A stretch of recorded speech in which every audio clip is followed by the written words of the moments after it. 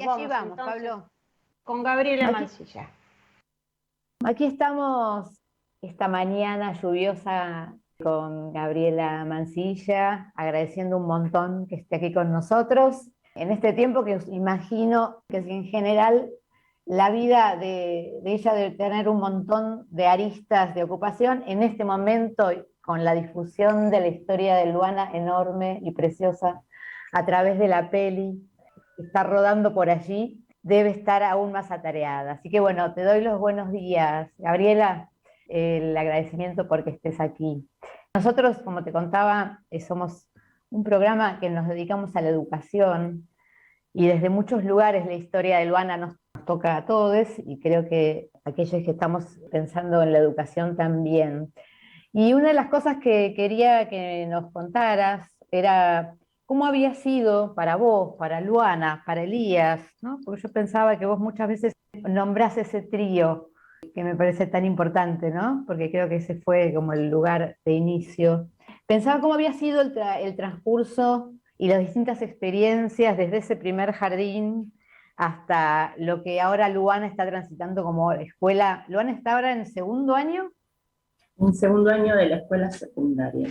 Tiene 14 años. Contanos cómo fue para vos ese transitar, para vos, para Luana, para Elías, ¿en qué fuiste encontrando allí? Y lo que fue cambiando también fue el contexto, porque cuando Luana entró al jardín de infantes, en primer lugar entró como, entre comillas, niño, claro, ¿no? Entre comillas, con un documento que decía que era un niño, y cursó todo ese primer año de sala de 3, mira cuánto hace, ¿no? 11 años atrás, sí. Salita de 3 años, y ahí es donde empezó a manifestar todo esto más fuertemente, ¿no? Al encontrarse con ese mundo de lo femenino, de las niñas, no de la tele o de los dibujitos, sino niñas reales, fue donde empieza a entender la diferencia entre esas niñas y ella, entre la corporalidad de esas niñas y ella, que es donde le pregunta a todas las niñas y viene y me dice, todas las nenas tienen anginas. Ella iba y le preguntaba, yo tengo penecito, ¿vos qué tenés? Y las nenas le decían que tenía anginas. No había información. Y al año siguiente, cuando ya habíamos encontrado, por lo menos el documental, y yo ya había entendido que podía ser una niña transgénero, que habíamos llegado a la comunidad homosexual argentina, Luanita entró a salita de 4 años, ya como Luana, respetando su identidad por arriba, y fue muy difícil. Gabriela, discúlpame, te hago una consulta. ¿En ese pasaje a sala de 4 es que ustedes hacen el pasaje a escuela pública? ¿O es no, después? Todavía no. Ajá. No. Y es ahí donde, al recibir toda esa violencia, en esto de... La peli lo muestra muy bien. Muy bien. La maestra diciendo, ¿qué hace Manuel? Mira cómo vino vestido a la escuela privada. Entonces, sí. En ese de mira cómo vino vestido, había obviamente un consenso con la dirección, pero ni las docentes, ni las familias, ni los niños y las niñas lo pudieron sostener. Pero los niños y las niñas por las mamás, por los papás, ese miedo, eso que hicieron que éramos invisibles, el rechazo, la burla, el hostigamiento que recibió Luana en ese lugar, y obviamente el no pagar la cuota fue que ni siquiera quisieran reservar la matrícula del año siguiente. O sea, ya sabían que mis hijas no podían estudiar en esa escuela, fue totalmente así. Ahí buscamos obviamente también la escuela pública, el jardín público, y cuando cambiamos al jardín público, que nos alojan inmediatamente a casi fin de año, estábamos en la etapa de los diarios.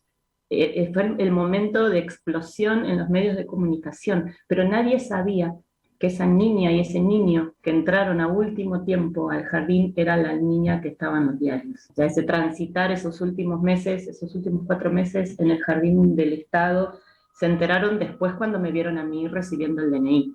Y también estalló esto de que se fueron todas las familias al jardín a reclamar por qué estaba esa niña en el jardín y por qué nadie les había dicho nada. Y construir ese mensaje, construir el camino. Una cosa es que una niñez trans travesti esté hoy en una escuela y otra cosa es ser la primera niña trans travesti dentro de una escuela cuya historia está en los diarios y en los medios de comunicación en ese momento, con el primer DNI en el mundo. Entrar a la escuela primaria también fue difícil, pero con mucho trabajo de obviamente todo el acompañamiento interdisciplinario que tenía Luana conmigo, trabajar incansablemente con inspectores, con las docentes, con las directoras y vicedirectoras que fueron un amor. La verdad que tuve por lo menos esa suerte de encontrar personas que estaban dispuestas a escucharme y a escuchar a Luana. Entonces empezamos a modificar el contenido de la escuela. La escuela es binaria, el contenido de la escuela que es biologicista, la ESI, que tiene esa característica, ¿no? Ajá. No hay representación de los cuerpos de las niñeces travestis y trans. Lo empecé a reclamar esto en primer grado de Luana, mira, está en la escuela secundaria y lo sigo reclamando. Ya llevo casi una década reclamando lo mismo. Sí. La ESI no tiene representado el cuerpo de mi hija.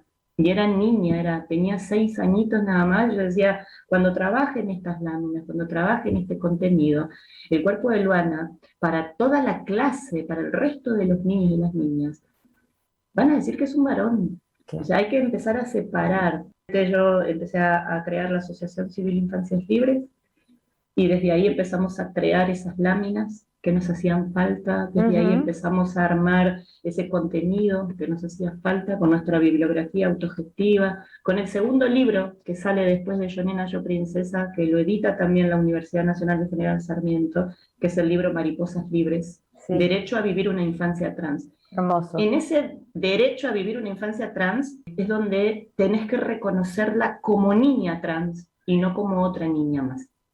¿Cómo es ahora entonces, Gabriela? Nos vamos entonces a saltar un poquito a Infancias Libres.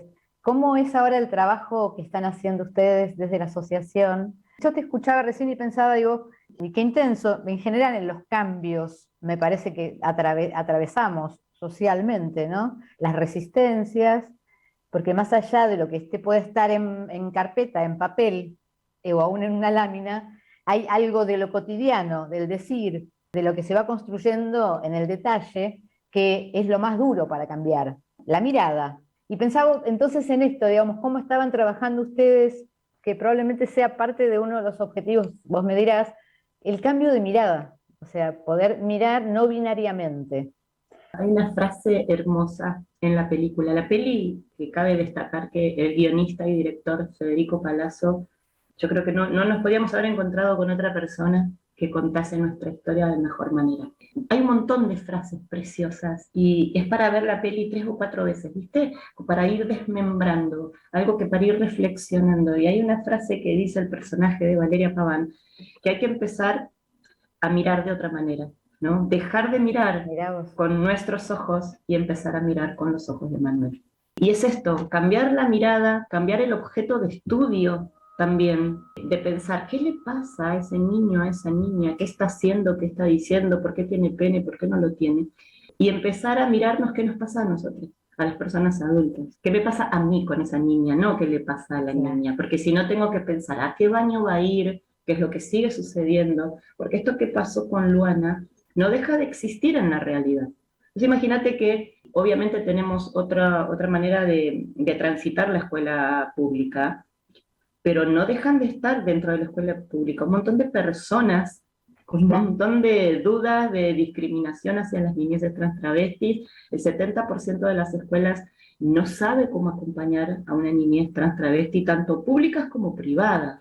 Imagínate privadas religiosas, cómo es el transitar de estas niñeces y cómo es el transitar dentro de esa familia también, que fue educada en esa escuela, porque esto es toda una cadena, corresponde a toda una historia. Es generacional, claro. Y además, ¿en qué lugar está la comunidad travesti trans históricamente? Porque cuando vos le tenés que decir a una familia que tiene una hija trans, que tiene un hijo trans, la historia de la comunidad y ese sello de perversión, de promiscuidad, de prostitución, criminalización, tiene un sello criminal la identidad travesti porque iban detenidas por estar vestidas del género opuesto a lo que decía el DNI. Entonces, ¿cómo sacás toda esa historia que acarrea a la comunidad travesti trans y la depositas en estas niñeces? Porque no se sale de ese contexto.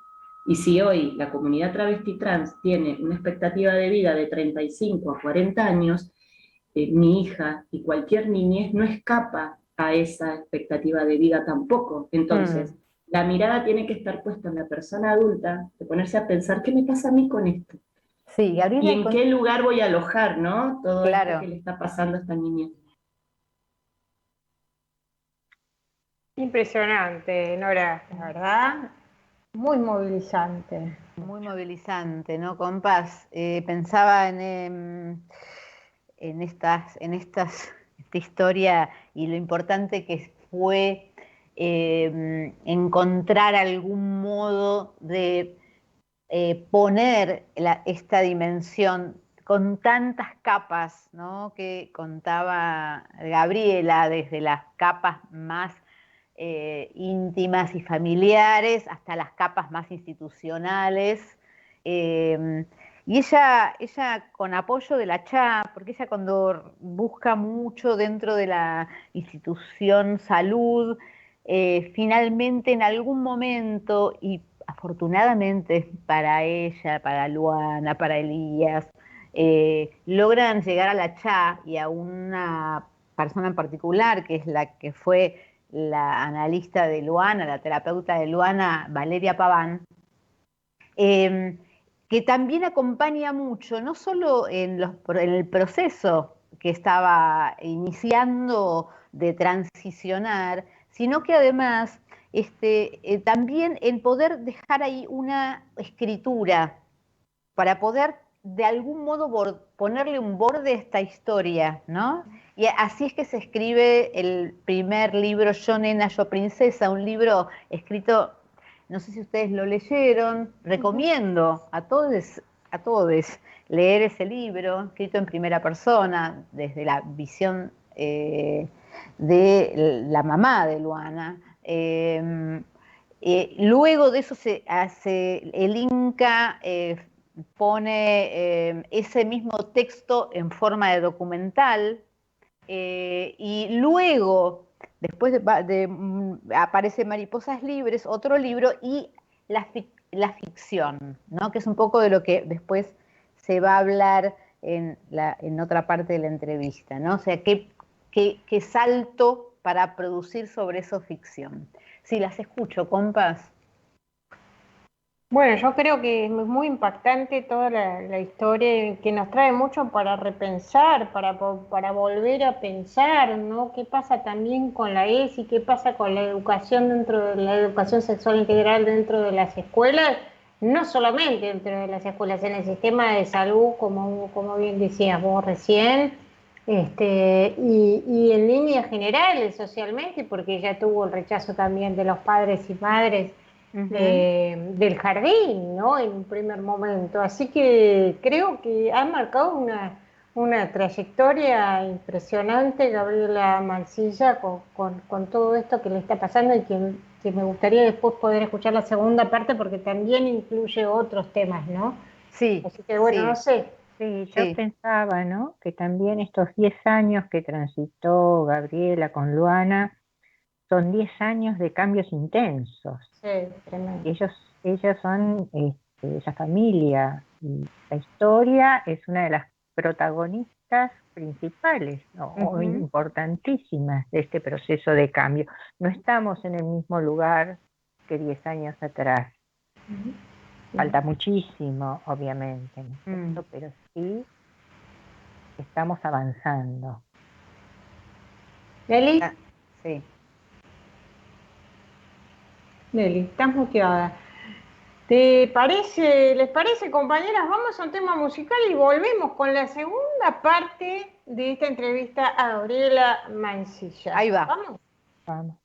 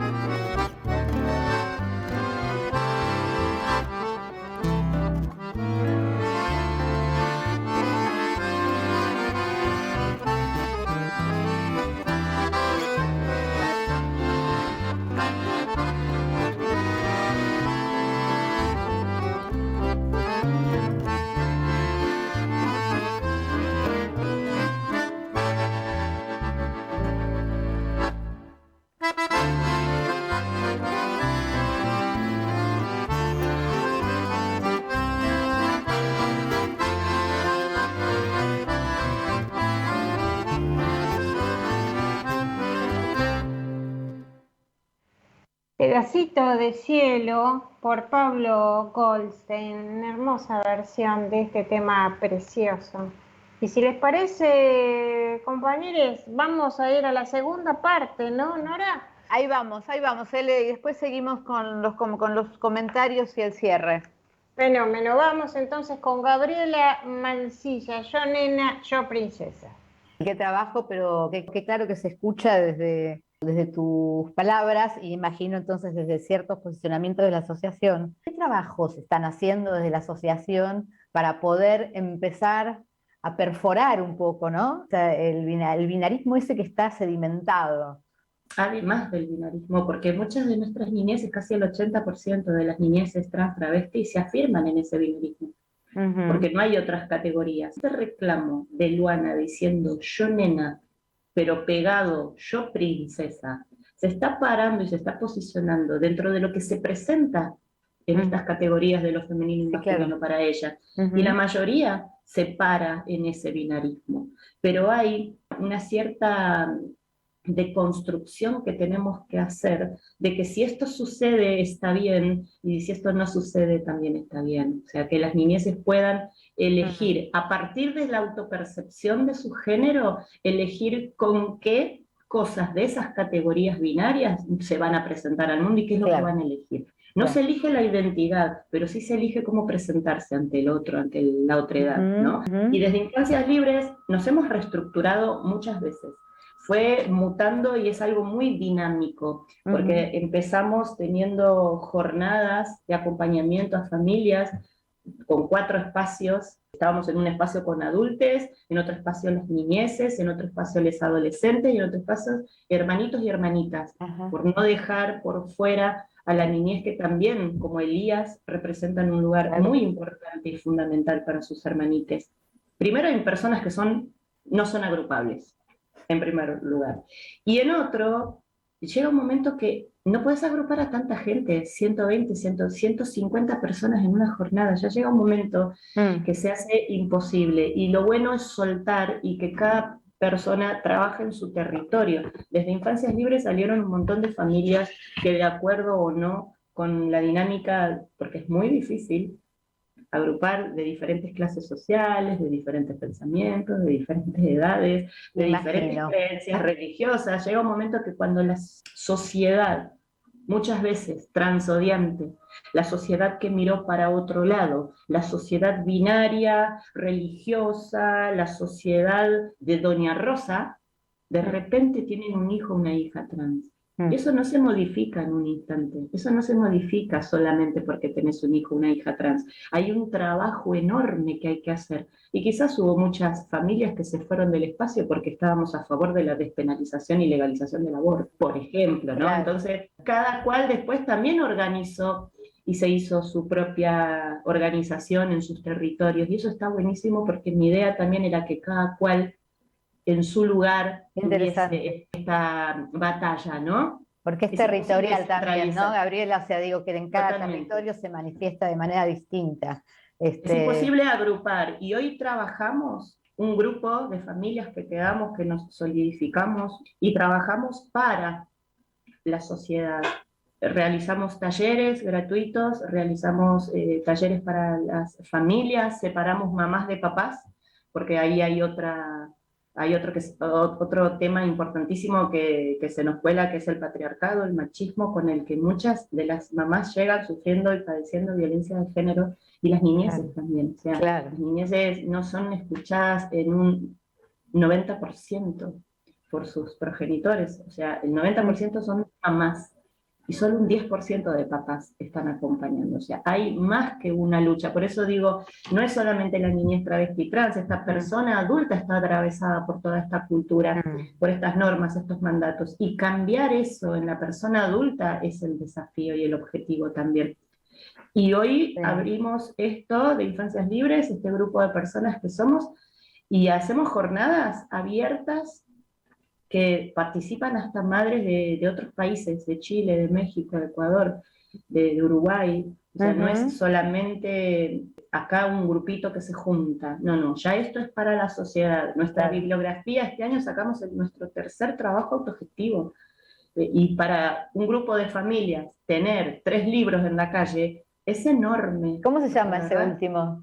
El último libro se llama Sin alas, abusos contra niñeces, travestis y trans, y estamos denunciando y poniéndole nombre a los abusos y violencias que sufren las niñeces en este momento, pero lo contextualizamos en la historia de la comunidad, porque hace 4 décadas que sufren exactamente los mismos abusos y violencias. Ujú. Hay algo que no cambió, Claro. hay algo que no se modifica, y hay algo muy importante para decir, que cuando la sociedad empieza, personas de la sociedad, cisgénero como nosotras, empiezan a decir que estamos avanzando, que todo está cambiando, que ahora las nuevas generaciones, y que se ven un cambio increíble. Quienes van a decir si hay un cambio o no en la sociedad son las mismas personas de la comunidad travesti trans. Son ellas mismas quienes van a decir si pueden subirse a un colectivo sin recibir violencia, si pueden tener un trabajo, si pueden caminar por la calle, si sus familias las aman. O sea, las mismas personas, no somos nosotras quienes van a decir, quienes vamos a decir si esto avanza o no, porque siempre nuestra perspectiva es desde nuestro privilegio de no padecer esas violencias, ni esa mirada que te juzga y que te dice que vos no sos. Entonces, escuchando a las compañeras y compañeros de la comunidad, todavía existe el grito del reclamo: basta de travesticidios, basta de transfemicidios, basta de transhomicidios, todavía estamos buscando a Tehuel. O sea que no es que hay una sociedad que avanza, avanza el reclamo, que no es lo mismo. Entonces se ve en todos lados, estamos reclamando. Y esta película también es una invitación a esa reflexión y a pensarse, a informarse. ¿Cómo había sido para ustedes, como familia, transitar todo el proceso de esta peli? Particularmente porque era el pasaje a la ficción, distinto de las otras presentaciones, que eran unos relatos de ustedes o tuyos en primera persona, ¿no? Acá vos estás siendo representada por alguien más. Y entiendo que eso tiene que haber generado alguna cosa diferente para ustedes. Y sí. Sí, nos movilizó mucho. Por momentos era muy extraño ver a actores y actrices que yo miraba por televisión hablar o hacer de mí o hacer de nosotros. ¿Viste? Fue muy fuerte. Creo que lo que más me impulsó a tener, no solo las ganas, sino la tranquilidad, fue estar en manos de Federico Palazzo. Tuvimos un montón de entrevistas, tuve una confianza inmediata porque se mostró de una manera tan respetuosa y estábamos en la misma línea del objetivo de la película. A Luana le gustó mucho la idea, pidió ella participar, inmediatamente le pidió a Fede que estuviese su muñeca real, esa muñeca que tiene Luana de pelito de lana hasta el final de la peli. Esa es la muñeca real que Lulú tenía, y la tiene en su mesita de luz desde los 4 años. Hace 10 años que esa muñeca está impecable. Están sus dibujos, bien, ella está participando, estamos ahí caminando por atrás. Y ser parte de algo que decíamos, ¿no? En el medio de toda la pandemia, que se cerraba todo, que no se cerraba, con casi 400 personas trabajando en esta película argentina, bancando también el cine nacional, estaba angelada. ¿Viste cuando todo fluye y todo sale? Qué lindo porque eso que decís. terminaba una escena y todos estábamos llorando, técnicos, estaban todos del equipo, vestuario, sonido, cosa increíble. Mira, se me pone la piel de gallina. Sí, es que se me pone de solo contarte. Fue hermoso ese transitar y lo que le fue cambiando la cabeza a las personas que fueron partícipes también. Y vos les escuchás hablar hoy en entrevistas y te genera un orgullo y una emoción tan grande, porque pones la esperanza en esto, pones la esperanza de que el arte, lo que significa una película interpretada por una niña trans también, por 2 niñas trans, porque son 2 las niñas trans que están ahí haciendo de Luana, y de la otra Luana del jardín de donde Lulú sacó su nombre, no tiene precedentes en la cinematografía mundial. Todo esto que estamos haciendo lo hacemos por primera vez en el mundo y sienta un precedente. Desde acá es donde se va a mirar a la niñez, no con nuestros ojos, sino que la misma niñez lo va a hacer, como lo está haciendo Isabela, como lo está haciendo Azul, como lo está haciendo Lulú en su propia película. No es que las personas adultas vamos a decir cómo la niñez tiene que hablar, decir, comportarse, sino que lo van a decir ellas mismas. Y ahí está el lugar que históricamente se le negó a la comunidad, ¿no? Ser protagonistas de su propia historia de vida. La protagonista de esta peli ni siquiera es Luana, es la infancia travesti trans. Todas las compañeras y los compañeros se ven reflejados en esa niña que reclama su derecho a jugar, su derecho al nombre, su derecho al amor, al abrazo de la familia, y que toda una familia se une para abrazarla. Ese escudo de protección es el que faltó, y es el que tiene que existir a partir de esta película en adelante. Bueno, que existe a partir del libro Yo, Nena, Yo, Princesa. Tal cual, que no haya ningún niño que tenga que preguntarse quién me va a querer. Ni que tenga que luchar para eso. Las niñeces no tienen que ser valientes, porque cuando una niñez de 4 o 5 años tiene que ser valiente es porque tiene que enfrentar un mundo adulto. Y solemos calificar como algo bueno esa valentía. ¡Qué valiente! No, la niñez no tiene que ser valiente, la niñez tiene que ser libre, la niñez tiene que ser feliz. Si tiene que ser valiente es que tiene que enfrentarse a nosotros, y eso no está bueno, porque también no todas las niñeces lo pueden hacer, no todas las niñeces son así de valientes, ¿no? Como para decirles algo. Exactamente. Gabriela, millones de gracias. Fue hermosa esta conversación, la emoción escucharte y la emoción de nada, continuar un poco con aquello que me despierta y nos despierta esta historia de ustedes. Y la verdad que también me parece que vos como sí te pudiste poner en un lugar de riesgo y valentía, me parece que está bueno para mostrar cómo se puede recorrer de un modo o de otro una historia que se presenta diferente. Es nuestra responsabilidad y es nuestra obligación como personas adultas y como mamá. Es mi obligación hacer lo que hice, y lo haría 10 veces más y de mejor manera, porque a veces me felicitan por lo que hice, y en realidad nadie te puede felicitar por proteger y garantizar los derechos de tus hijos. Creo que visto desde ese lugar te quita desde ese puesto de heroína, cuando en realidad lo que hice fue lo que todas las madres o todos los padres deberían hacer. Bueno, Gabriela, muchas gracias. Te mando un abrazo. Gracias, Nora. Muy emotiva, muy conmocionante, y la verdad es que completa maravillosamente una experiencia única, ¿no? Única y que es ya trasladable a otras familias a través de la Asociación Civil Infancias Libres, Nora. Sí. Me parece que en esta segunda parte termina de habilitar varias capas, ¿no? Porque la verdad que esta historia tiene varias capas, es compleja, y me interesa bastante destacar el posicionamiento de Gabriela en relación a que en todo caso serán ellas, las infancias travesti trans, que puedan decir si hubo posibilidad de cambio o no. ¿Sí? O sea, no vamos a ser nosotros, que estamos, como ella dice, ubicados en un lugar un poco más cómodo, sino son ellos los que van a poder contarnos si efectivamente la mirada fue posible de ser atravesada por otra perspectiva. No sé, recomendamos entonces, Nora, esta película, que realmente es extraordinaria, y también el libro, y por supuesto acercarse a toda esta temática y esta problemática que tiene que ver con las infancias trans, ¿no? Sí, recomiendo ver la peli, recomiendo leer el libro, recomiendo tomar contacto para todos aquellos que transiten por la vida, pero sobre todo aquellos que están en contacto con las niñeces, con las adolescencias. O sea, no es fácil hacer esta transición tampoco para quienes estamos trabajando con las niñeces, y poder de verdad poner una mirada en donde no haya violencia en ese encuentro con la diversidad. Yo quería leer algo para cerrar, un texto muy cortito de Valeria Paván, del prólogo del libro Yo, Nena, Yo, Princesa, porque me parecía que hablaba bien de este tema en relación a que este tema nos pone a pensar en las violencias hacia las niñeces y hacia las adolescencias, ¿no?